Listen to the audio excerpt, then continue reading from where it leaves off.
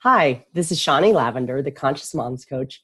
And today I am here to talk to you about listening, and more specifically, not listening when we feel challenged by this idea or what seems to be happening of our children not listening to us.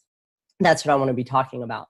And as it says in the description with this video, though, it's this idea that there is something that we don't know about as moms that is a key factor that keeps our children from listening to us. So that's what I'm specifically going to be talking about. And so you'll get into that more. What I want to say now is that I encourage you to comment, to share, to ask questions. I do my best to respond even after the fact. So even if I don't get you in real time, I do my best to come back and respond to people afterwards. So I work with moms in countries around the world who are feeling challenged and wanting to have relationships with their children that usually are different than the relationships they experienced in their own childhood with their parents. They want to also experience relationships that the respect is universal. So their children have respect for them as parents, and they have respect for their children as children.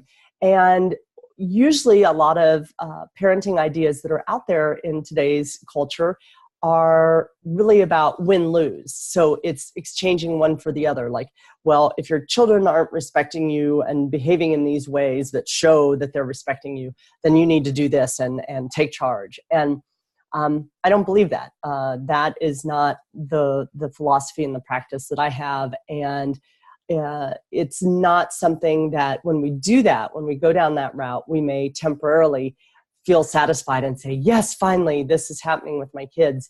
And yet what I find is parents who start to go down that route usually end up having a lot of guilt and shame because they know that these are not the ways that they want to relate to their children.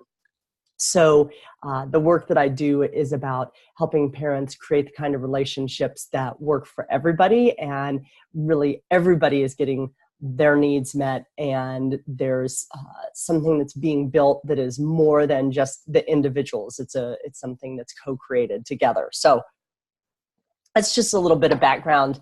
But about this topic, here's what I want to share with you. This hidden factor that is most likely impacting your children's ability to listen to you is one that you may not have even thought about ever. Or maybe you've thought about it and dismissed it. Or maybe when you hear it, you'll say, oh yeah, that makes sense. Or you might say, oh no, that can't be, because that's not true. That's not me. So what I'm talking about is that the beliefs that we hold are actually one of the key impediments if our children aren't listening, or if our children are listening to us, they're one of the key factors that are helping that happen. And so I'm talking really about a whole gamut of beliefs. In this video, though, I want to narrow down, I really want to narrow the focus, and I want to talk specifically about the beliefs that we hold about ourselves as moms and as people, but I'm talking to moms here specifically. And I'm talking about beliefs that we have about ourself, our self-worth, our value, our self-regard, our importance as a human being, those sets of beliefs. Now, most of us, and in fact, you're welcome to say if you think you have a positive self-regard, most of us intellectually will say, yeah, I do. I feel good about myself. I like who I am overall, and so on and so forth. My experience is that even when intellectually that's what we think is true, that almost all of us, and I've been in rooms with people from all over the world, and I can tell you that no matter what country, what nationality, what type of family, what type of background, no matter what gender, all other things, people have some universal beliefs that are limiting about themselves. And so even when we intellectually think, oh yes, I have positive self-regard, most of us have unknown or as yet unidentified beliefs that are limiting for us. And so I want to talk and give you some specifics so you can say, okay, this is making even more sense to me, Shawnee. This is more concrete. So in our childhoods, no matter if we had good parents or parents who we were really challenged by, it was a different time, it was a different place, and a different understanding about human development, about parent-child relationships, about children in general as compared to adults. So lots of different things back in our own childhoods. Excuse me. And so here's some common experiences. Some of these may resonate with you, others may not, then that's fine. So I want to share some things though that are common for many of us who are now parents. So this is also, I want to make one more distinction here. Not saying this won't be applicable to dads, because men often have these same beliefs as well. I will say that I believe, based on what I've seen, that it's more prevalent for women, in part because of our enculturation and the way we have gender differences and the way we enculturate ideas about gender. So women, I think, are a little more susceptible to some of these. But if you're a man and have some of these beliefs, you're not unusual. So don't think like, oh, what does this mean about me? No, it just means, you're a human being and lived in a culture that handed down some beliefs that don't serve you. So here's some examples. So the first one is, and I'm going to focus again on women just to make it even clearer. When we as girls experienced, or expressed rather, anger, and we did so in a loud way or a harsh way, or ways that others deemed loud or harsh, or some way that was not accepted in our families or in our schools or in whatever extended community we were in at that time, usually we were punished for that. So that might have meant, you got sent to your room. I remember being slapped in the face once by a very loving parent. So nothing against this parent of mine. It just, that was part of where this parent was coming from in their own upbringing. And so I said something that was perceived by this person as inappropriate and harsh, and that was the reaction. So I was punished for vocalizing what was perceived as disrespect. And so that's often what happened for many of us, is that we were punished in some way when we behaved in a way, especially with anger, especially with females, that is not culturally seen as acceptable. Girls are not supposed to be angry. Boys, yes, boys can be angry. That's the cultural belief, right? But girls, no, girls are supposed to be nice and polite and behave themselves, which is a bunch of hogwash, but that's not what this video is about. So let's say that's one of the things that happens to us, or happened to us. Then one of the things we do, because our minds are these amazing parts of our physical being, and they are meaning makers. So they are always sorting data. So through our senses, we're gathering data internally through our senses and externally. And then we're looking for putting meaning on it, to have something make sense, because that's what our brains wanted to do. They want things to make sense. And so if that happens for us, okay, so we're feeling angry and we're shouting, or we do something that is not deemed acceptable by those adults around us, and we get punished, one of the beliefs that may have started to take root then is, I always have to be nice. I can't be loud. I can't be too much of something, right? We might have developed a belief that speaking up for myself gets me in trouble. So therefore, I can't speak up for myself. So this is, again, our mind is saying, okay, I did this thing, resulted in a slap or a hit or being grounded or being shamed. So now my mind says, oh, this thing, I'm not going to do that thing. And so I'm going to create a belief system that's going to help me not do that thing. And so that belief system might be, I always have to be nice, or I always have to sound nice, or I always have to look nice, or I always have to say, things in a way that are totally acceptable to others. That was part of my family's upbringing. So in my family, for example, girls were, I say not allowed. They were allowed, but again, the results from the people around us were that there was punishment and there was something harsh in reaction to speaking the truth. And so what was acceptable though, and I laugh about it because it's like, oh, I hate this thing that I have, and I'm 47 and I'm still learning it. But what was acceptable in my family was sarcasm. So you could say that little dig, that little thing, as long as you said it, oh, I'm kidding. Not really, right? But that was what my family taught. So again, though, that underneath belief was, I have to be nice.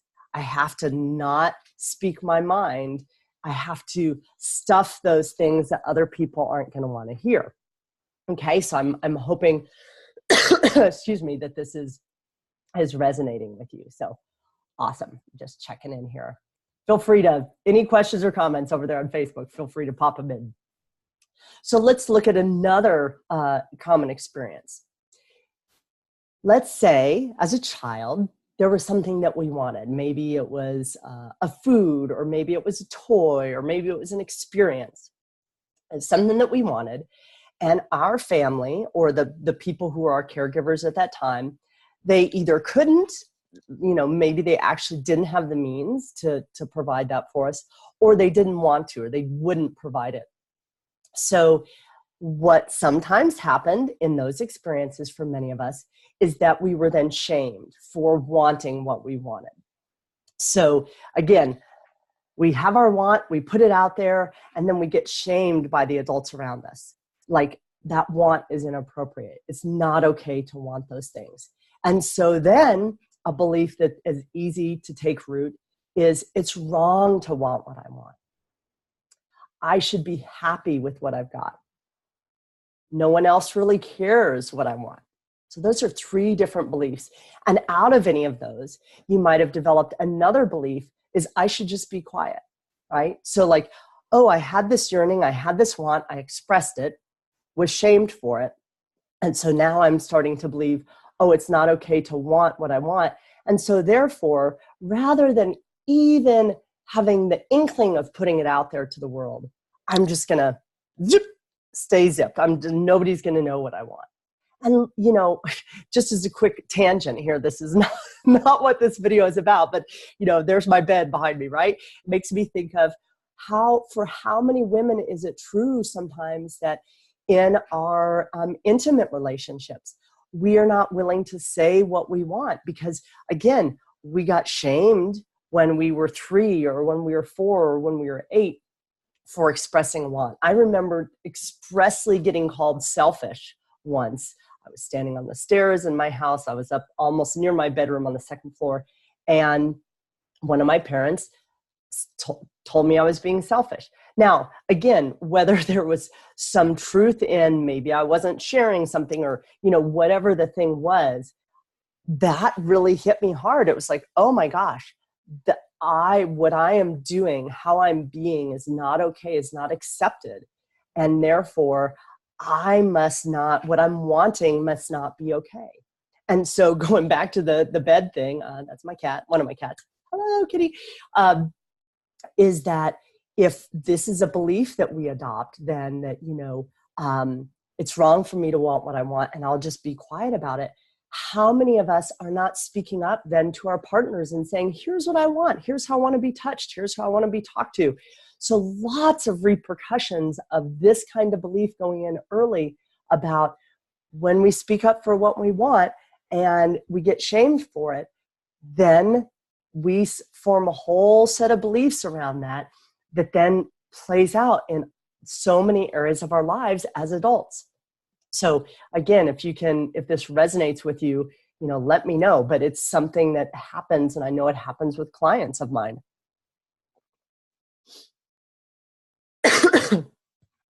So one more belief I want to share with you, and then I want to show you how these beliefs relate specifically back to this idea of our children's ability to listen to us.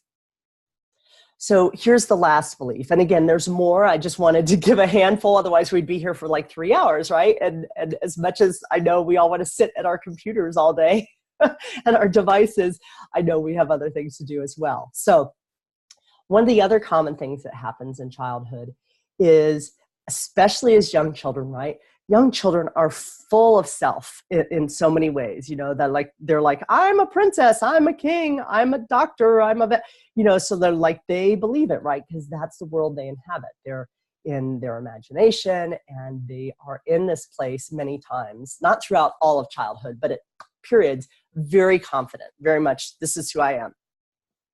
So let's say we're in one of those phases of development in our own childhood, or just in that place of feeling very confident. And so we're confident, or we are quote unquote demanding, right? So we as girls in particular, we might have gotten labeled in that state as either bitchy or bossy, right? So, oh, you're little bossy, Miss Bossy Pants, and that idea of, and you can tell, right? Like I relate to some of these, can you tell? So that idea that when we showed up at times in our childhood as, okay, yes, I want this thing and I'm going to get it. And here's the way I want my sandwich cut. That the adults around us, again, carrying forward their own past and a lot of different things, then they put a label on us that says, oh, that's a bitchy kid, or that's a bossy, or that's a sassy kid, that's a sassy girl, that's a prima donna. Whatever label got put on you, what belief tends to form with that kind of experience is, I'm too much, right? So I'm too much. It's not right to boldly ask for what I want. It's not right to directly ask for what I want. And where we go with that tends to be, I have to change who I am to be heard and taken seriously. Okay, so again, if like, okay, here I go into the world and I put it out there and I get slapped down for it, again, either physically or emotionally in some way, then it's like, oh, okay, well, I guess I shouldn't be direct. I should not say things like, I want my bread cut triangularly or whatever it is, So that then is us shrinking ourselves, right? So I have to change who I am to be heard, to be accepted, to be loved. And again, you can see, or I hope you can see, big repercussions for this in all areas of our lives. I was going to say my life, and that's been true too. So I'm going to pause for a second. I'm going to blow my nose, and so I'll pop in and see if anybody has any questions. Zoom recording. So, okay, so those are some of the beliefs that I wanted to highlight. Now what I want to do is I want to say, okay, if these are some of the beliefs that went in when you were young, as they did with me, how does this impact listening, right? Shani, that's what you're supposed to be talking about, our kids listening to us, which I'm getting to. So there's a couple of different ways in general that these beliefs then impact our kids' ability to listen to us. And it's not just their ability, but it's how we come across, and that'll make sense in just a minute. So let's take some of these and whittle them down. So one way that it impacts our children's ability to listen to us is directly. So these beliefs can have a direct impact in our life. And so here's how that might look. So let's say you have a belief of, I have to be nice. Now, again, you might say up in your head, oh, Shadi, I don't believe that. But underneath, some part of you is like, oh, yeah, I got to be nice, right? So if you have that belief, whether you've discovered it or not, here's how it might play out. So we might not even ask our children to listen to us in the first place. So let's say that part of what we want to say is like, ooh, this room has gotten too cluttered for me, or it's too noisy, or whatever, whatever the thing is that we are wanting some change around. If we have this idea that I have to be nice, then we might not even take that first step of engaging or seeking to engage our children in a conversation. And so then you think, well, wait, then of course they're not listening to me because I didn't say anything. But here's what happens is in our mind, we're thinking, gosh, this room is messy or too, disorganized for me, or it's too loud. So we're thinking it. We're wanting something different. But even though we don't say it out loud, some part of us has this expectation that they should know. And so it's almost as if by them not doing anything differently, that then we have this interpretation of they're not actually listening. So even though we've not said anything, there is this sense of they're not picking up on, this is important to me, this is irritating, or maybe we said it once 2 weeks ago, or maybe we've said it before. And then we're like, why don't they know? Why do they keep doing this thing? And when we get into that kind of mindset, then part of what's happening is we're believing that they don't listen to us partly, but also not only do they not listen to us, they don't actually care enough to listen or care enough to think about, I wonder how mom feels about the noise level right now or the way this room is. So again, even if literally we have not said anything, there is this sense of when we have this belief, I have to be nice, and therefore we don't say anything because we're like, ooh, I don't want to make it messy emotionally or challenge anybody by saying what I want. We still, though, are expecting them to follow through. So then when they don't, we have this sense of they're not listening. Okay. So I hope that makes sense. In fact, let me pause and see if, see if that makes sense to anybody. Feel free to give me feedback on that and see if that resonates. But again, it's sort of a not secret thing, but again, it seems a little crazy, right? Like, I didn't say anything. How can I think they're going to listen? Well, it's in there. It's in there anyway. So, and Nicole, thanks for your comment as well. Okay. So next example. So if we have this idea that I have to be nice, right? Then sometimes one of the things that happens is we make requests of our children in ways that actually invites them to say no, or we have this unconscious expectation that they're going to say no. That I refer to really as a victim mentality, right? So we sort of have taken this childhood experience of, I spoke up, I was either not listened to, or what the people around me did basically showed me that they didn't like hearing what I had to say. So some part of us takes that forward with it and projects it onto our children and says, they're not going to like what I say. So we sort of already are going into it. We're priming them to say no or to react. Oh, I don't want to do that, Mom. That's stupid or whatever. So let me pause for just a second because I want to be really clear with something. And I want to get a sip of tea. I want to be really clear that none of this I'm sharing today is to blame you. Now, you are responsible for your beliefs because those are things you can work with and change, and you can cultivate different ones.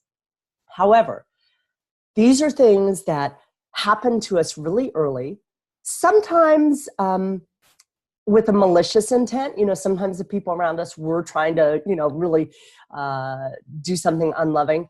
Most of the time, though, it was simply still not fun, but a regurgitation of their own experiences passed on to us. And so regardless of how, it went in early, so it went in deep, and we usually had multiple experiences of this with parents and other caregivers. And so the belief got really rooted in, right? And it's really grown in there. And so it's just become automatic. And like I said earlier in the video, this is at a level that mostly is below our conscious awareness. So some of you watching may be thinking, gosh, I don't even know what my beliefs are. In fact, I had a client on Monday, that's what part of what we were talking about. She was like, I don't really even know what I believe. And I'm like, yeah, no doubt, because if you don't take the time to consciously look for your beliefs, it is not something our cultures um, promote. It's not something that goes around. It's like, yeah, let's look at what we believe about ourselves. No, it's not there. So this is not to blame any of us. I have these challenges too. And so it's really about raising your awareness. That's one of my goals with this video. A second goal is to help you have some ahas with that raised awareness, to be able to say, you know what? I have some control over something that I didn't realize that I was bringing to the relationships I have with my children.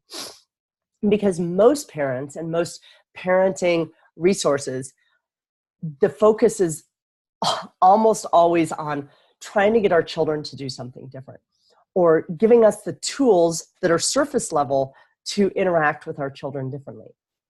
And while giving us tools is useful, if we don't get down to this belief level and we don't root out, oh, here's what's going on underneath this issue, then we're always only going to be working at a temporary change level, because the beliefs, if they still stay the same, you can put all the different techniques on top of them that you want, but the outcome will not change in large part. And I'm going to give one other example that is related. Karen, thanks for letting me know it makes sense. Appreciate that. I want to give a quick example that's related. It's not the exact topic that I'm talking about here, but show you how it plays out. This morning, actually, let me pause again. I'm recovering. Send me good vibes. Hold on. Okay, sorry about that. Thank you. So this morning, my daughter, for whatever reason, and I don't know the reasons, she woke up and she was talking in a pretty terse way, gruff could be called, and it's not my favorite way to be talked to. And of course, now just a moment, I forget exactly what she said. She was laying in bed still, or lying in bed, and I had gotten her clothes for her.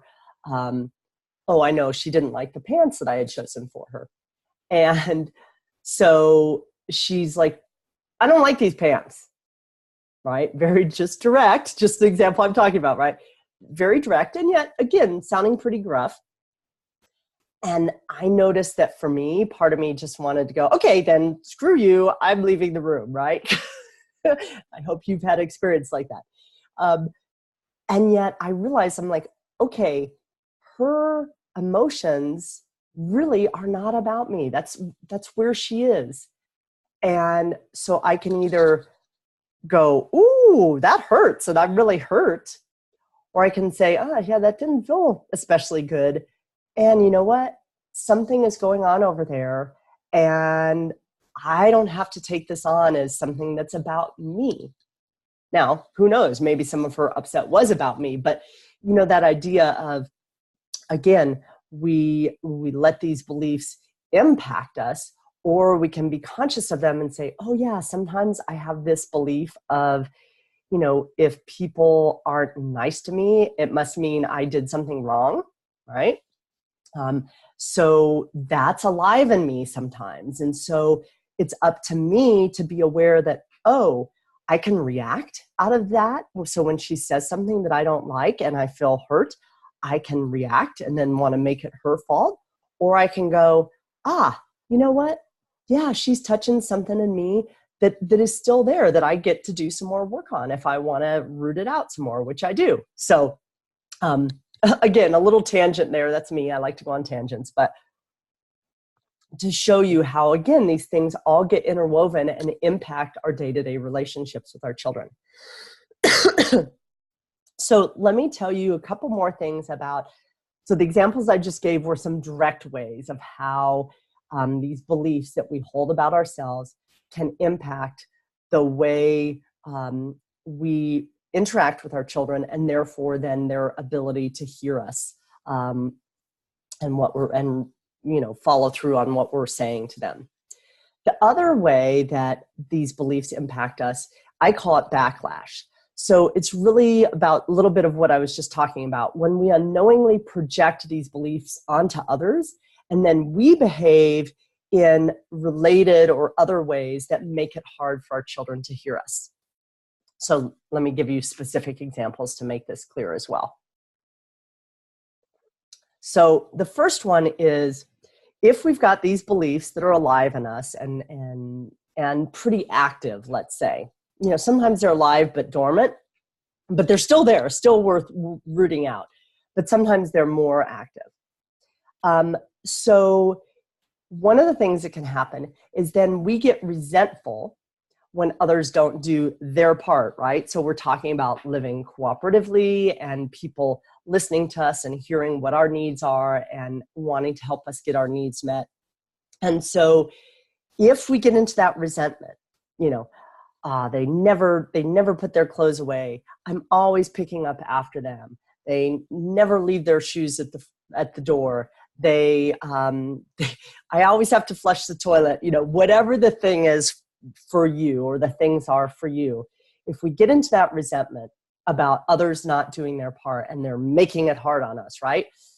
Then one of the things that tends to play out for many of us moms is that we react by being more commanding in the way we talk. So we get more drill sergeant-y, and I know that one from personal experience. That's one of my least favorites that I get into sometimes. But so we can get overly commanding, we can get overly directive, or sometimes then we get dismissive or judgmental about what others do.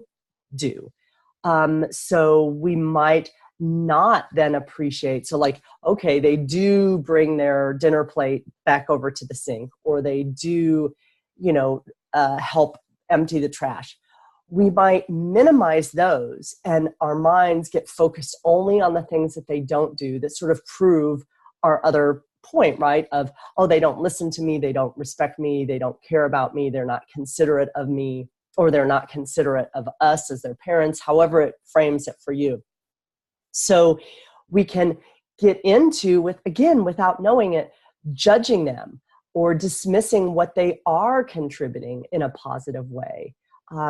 Or we just get really harsh. And so now we're barking out orders and we're telling them to do things. In fact, I have an invitation, if you want to take it, is give yourself like in an hour's time with your kids, and just keep a little sheet that you could do little, chip marks, just little checks or something. And monitor, not for judgment's sake, just to notice, monitor how often you are speaking to your children or speaking to them in a directive, instructional, or feedback tone. So not just talking to them, but somehow, again, issuing some kind of order or directive instruction to do something. Just be aware of that. So it can sometimes ramp up when this is the place you go to. It's like, okay, I better exert a little more control because basically they don't listen. And so I've got to show up as more in charge and more on top of things. A second way that this can show up in this more indirect way is sacrificing ourselves repeatedly. So we may create this pattern of dependency where we're anticipating they're not going to listen anyway. They don't respect us because, again, we've got that belief underneath of, I'm unlovable, or I have to change how I am, or I'm not okay as I am. So that's all there, and then gets built up on it that, okay, now I can't ask them. They don't care. They're not going to do things. And so then we just keep doing our thing. And so we don't ask, we don't make those requests, we don't engage with them. And excuse me. So that's another way that it impacts us as well. And Nicole, thank you. I see your comment there, and I'm going to come back to it in just a minute. So that sacrificing ourselves repeatedly. So we're like, okay, I'm just going to keep on pushing on. especially because many of us, and I would say most, because again, it's a very common cultural role model for mothers, is the mothers are the ones who sacrifice, who do and do and do and do and do. And that's what they're expected to do. So most of us had that model as well. And so it, again, comes very naturally to us. And then, again, that builds up. And so now we're really pissed off because we already think they don't listen to us. And we've been behaving in ways that make it easy for them to not have a role to play. And so now, not only are they not doing much because, again, we're not asking them of it, but we've been doing it all. So now we're tired, we're overwhelmed, we're exhausted. And so guess whose fault it is? Theirs. And almost all of us go there at some point or the other. And I'm not saying they don't have their role. Absolutely. We co-create our realities with our children and our partners. And yet most of us, because this is also culturally programmed as well, is what's culturally acceptable is to blame others. And that doesn't get us anywhere. It gets us more distance from our children, more conflict in our relationships, and it's not solving anything. So it's really about, we've got to look at ourselves and what can we do? So let me pause and come over because I saw this question. So give me just a second. So I'm aware of how those things within me get triggered, but I always get stuck trying to figure out how to respond because I want my teach kids. Let me try and say what you wrote. Thank you. Because I want to teach my kids to be kind, but also want to be gracious when they're not. How did you respond to your daughter in your example, or how would you like to respond? Oh, well, hey, I actually responded the way I wanted to this morning, Nicole. So great question. But I don't always, for sure. So and this is where, again, it gets really interwoven. So when we think that, okay, I've got to teach, which is one of the hats that most of us parents wear, we have a really difficult time not reacting to each infraction, if you will, just to put a label on it. So when my daughter speaks to me in a harsh way, some part of me is in my head thinking, oh, I've got to help her grow into this kind, respectable person. And so I think then, oh, I better give her some feedback and help her. No, we talk nicely to each other in this house. Now, I'm not saying I don't ever do that. I definitely have those conversations where I'm like, that's not feeling very good to me to be talked to that way.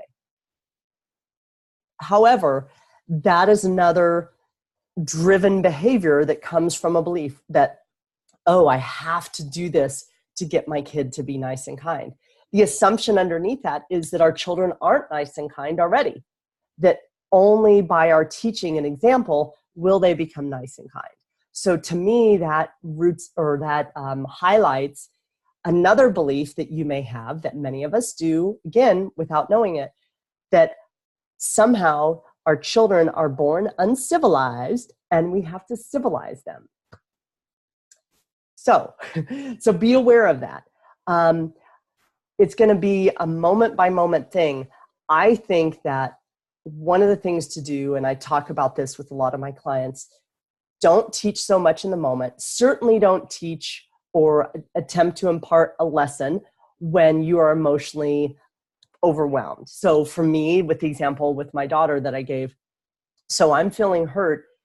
I don't want to engage in teaching right then because I know that part of what I would end up teaching in that moment are some things I don't want to teach, because I would end up very, very likely doing something that made it easy for her to feel shamed or wrong for how she behaved. And I don't want that. I don't want that. So I would err in general on the side of leave it, be like a dog, right? Leave it, don't do anything with it. And then if you see a repeated pattern with your child, then I think after, you've looked at yourself and said, what is it that I'm bringing to the situation? Have I been really busy lately? And maybe they're really feeling some neediness for my connection and my attachment to them. And part of the way that they're experimenting with, not at a conscious level, but unconsciously, they're experimenting with sort of being rough. Maybe that's what's going on for them.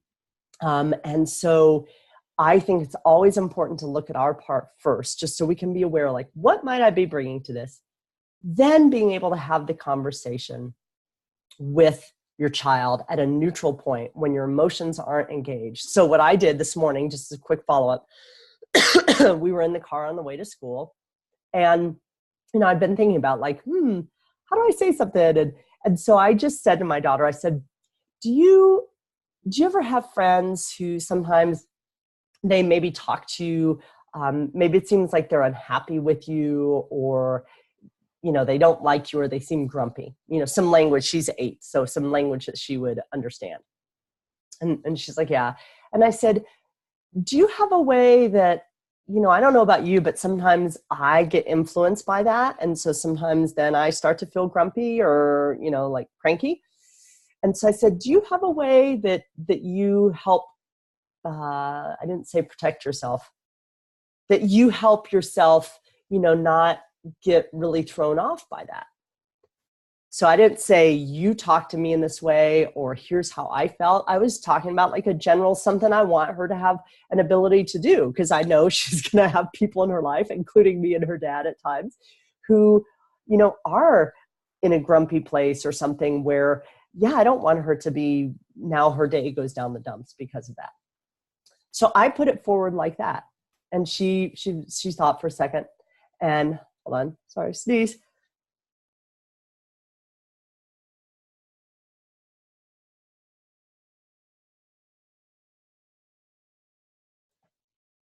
I will be so glad to not have this cold anymore.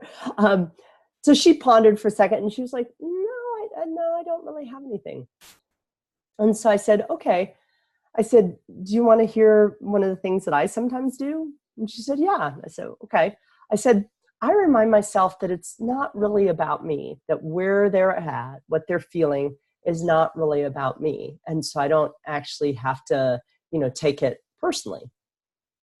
And so that was my teaching for the moment. So I didn't get into what she did or what I did, anything like that. I just, here's this general idea of, yeah, sometimes we notice ourselves, empathy or otherwise, getting pulled over to a different emotional place than we want to be. And so that's what I wanted to put out there for her, because I've talked with her about the other things before, and I didn't think that it really served any purpose this morning. So that is a long answer to your question. I'm glad that was helpful. Awesome. Thanks for asking. I love questions. So thanks for asking. Okay. Let me look at my sheet here for a second, because I think I've got two more. Yeah, I've got two more things that I want to share about how this, how these things impact our relationships. So another thing that can happen for us when have these beliefs running and our children seem not to be listening to us to the degree or the frequency that we want or in the way that we want, is that we then overreact when we're not being heard. So when there's some actual evidence, like, oh, I just, said, hey, it's time for dinner, come to the table, and they didn't come, so when we have some evidence, then often sort of right beneath the surface for us, we're just ready to pounce, right? So then our behavior tends to look like things like yelling or threats or withdrawal of love, because we're trying to, at some level, we're trying to make people be nice again, right? So that is something that then we feel regret for, right? And we feel shame. We're like, oh, why did I do that thing again? Because you're a human being and you're not perfect. That's why. Beyond that, though, it's in part because you've had these beliefs running and you haven't checked them and you haven't worked with them to change them. And so it's just such a snowball that happens so easily, rather than us being able to have that distance to know, yeah, I'm in this place of belief that is not serving me and is making it easy for me to be prickly and easily triggered. And then I do things that are hurtful to my children, and then they react. And so then it snowballs and gets worse. So we, as the adults with more mind power and more complete development, it's our job to be able to stop those things, see them, and then stop them and say, okay, I get to choose to do it differently. I can't make my kids do something that I'm still learning at 47. I've got to model that. It's my responsibility. Excuse me. Yeah, trying to make people be nice again. Yep. Awesome. Okay, so the last one I want to share is the other thing that sometimes happens for us is that we're in this state of belief that's not true about us, and there's beliefs we're holding about our kids and things and so forth. But then sometimes, without knowing it, usually, we have unrealistic expectations of ourselves and of others. Or sometimes we have negative judgments about others' fundamental nature.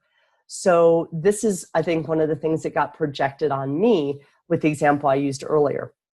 When I got called selfish, it was like, I'm not selfish. Did I sometimes behave in a way that was self-centered? Yeah. Last I checked, I was a human, preteen and a teen and a toddler and all those things. So yes, absolutely. Sometimes I did behave in ways that weren't the most considerate of others.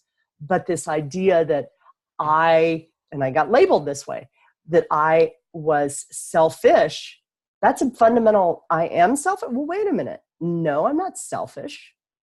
I sometimes behave in a self-centered manner. Yes. And so without realizing it, sometimes our judgments of our kids, they're so preoccupied, or they don't care, or they're strong-willed. All those things are labels and judgments that we're putting on our children that aren't serving us. They're not serving them either. And so when we're in those beliefs and we're caught up in, or those beliefs are running, then it's really easy to have unrealistic expectations of ourselves and others. And like I said just a minute ago, then that snowballs too. And so we really create more suffering for ourselves when we don't get down at this root issue and work on these beliefs.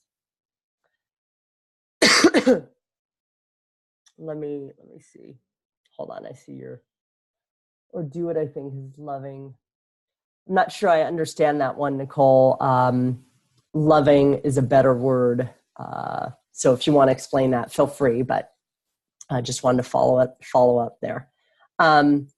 So let me share my last piece of the video, and then I'll hang around for a few minutes for questions and comments. So maybe this has been all bad news. Like, oh no, Shani, you told me all this. I hope it's sparked awareness of like, oh yeah, I didn't realize there were things that I was bringing in energetically and belief-wise that were influencing other people's ability to listen to me and influencing the way I put myself forward in my relationships. So that's what I hope I've sparked for you is awareness and some interest in like, yeah, I want to do this work. I want to get to some of these things and root them out. So no judgment, not on my part. It's not there because again, I do it too. So here's my final piece is that about change, right? So this is not a how to change it video. However, I do want to leave you with a couple of things. So sure, you can learn better communication skills. You can practice being more confident and assertive. All those things can be useful. And yet, as I said earlier, if you don't get down at that belief level, that underneath level, and work on those beliefs, you're only going to create temporary change. Now, temporary change is fine at times. So I'm not saying like today you have to do your belief work. If that's not where you're at, or you just want to get some skills for the moment, fine. I acknowledge you for that. And yay, that's awesome to bring that into your life. If, however, you want to create lasting change and you want to you want to lead your family and you want to be in a way that is not about perfection. Because those of you who watch my stuff, I'm a recovering perfectionist, and it doesn't serve us. If that's not what you're going for, and you really know that as a parent, you have a crucial role in helping your child develop some ways of thinking, some ways of viewing the world, and some ways of understanding human relationships that are more grounded in love and kindness and compassion and mutual respect, then you know that, this belief work is there for me to do. I can't just keep going at that surface level all the time. I've got to dive deep sometimes. So if that's where you're at, or when you get there, come back and watch this video. But what you want to make sure you're doing is you want to replace those limiting beliefs with empowering beliefs. And so the reason you want to do that, besides the fact that it feels a hell of a lot better to have loving beliefs about yourself and others than limiting beliefs, is that, and actually there's about a bazillion reasons, but anyway, besides those bazillion reasons, is that if you're not actively cultivating the beliefs that you want to have, so if you're not like, okay, here's the beliefs I want to run from today, guess what beliefs are going to run the show? Those old ones from your childhood, because those are the ones, they are in an 8-track or they're in a cassette tape, because they're old, right, dude? They're old. So they're in that cassette tape and it's on auto loop and it plays all the time and it's always there. So if you're not going to actively say, here's the new beliefs I'm putting in, and these are the ones that I'm giving power to, these are the ones that I know are true and that I am going to manifest and I'm going to live out of these beliefs, then the ones that are going to be running are those old cassette tapes, because they're there. It's not like, oh, okay, they're not there. No, they're there. So they are there to be active and run, unless you take the time to replace them with something new and something you've consciously chosen. And you can do it. So work on it, do it. I'll work with you. That's part of what I love to do with the parents I work with. It's like, yeah, we're working on behavior challenges with kids. And yet that's a small piece, because if you don't do this piece, again, that behavior piece, that's not going to change substantially for the long term without doing your work. So that's what I have to say. Let me come on over and see if there are questions or comments. Thank you for those of you watching. Okay, I don't think, sometimes I can't see questions or comments when they come up. So, so forgive me if you put one, but I think you've all said them. So if there's any other questions or comments, as a coach, one of the things I do is I work with people on, okay, what are the real life issues they're facing? And so we're in the present moment. And I do therapeutic things with them to work on, okay, let's root out this old belief. Let's get that out of the way, because it's keeping you from being able to be the parent you want to be in the present. It's keeping you from having the ability to respond in the way you want to when your child behaves in ways that you feel challenged by. So if for some reason that's where you're at and it resonates with you and you want to do something really specifically about it and you want to work with somebody to do that, you can always reach out to me. I do a complimentary session where you can find out a little bit more about what I do, and I can hear about what your challenges are and see if my coaching would be a fit for you, and you can see if I'm a fit for what you're looking for. So you can do that on my website, shawneelavender.com. Up in the top there, when you scroll down a little bit, there'll be a menu and it says Illumination Session. So feel free to book that, and I may actually even put it in the comments as well. So if you want to do that, great.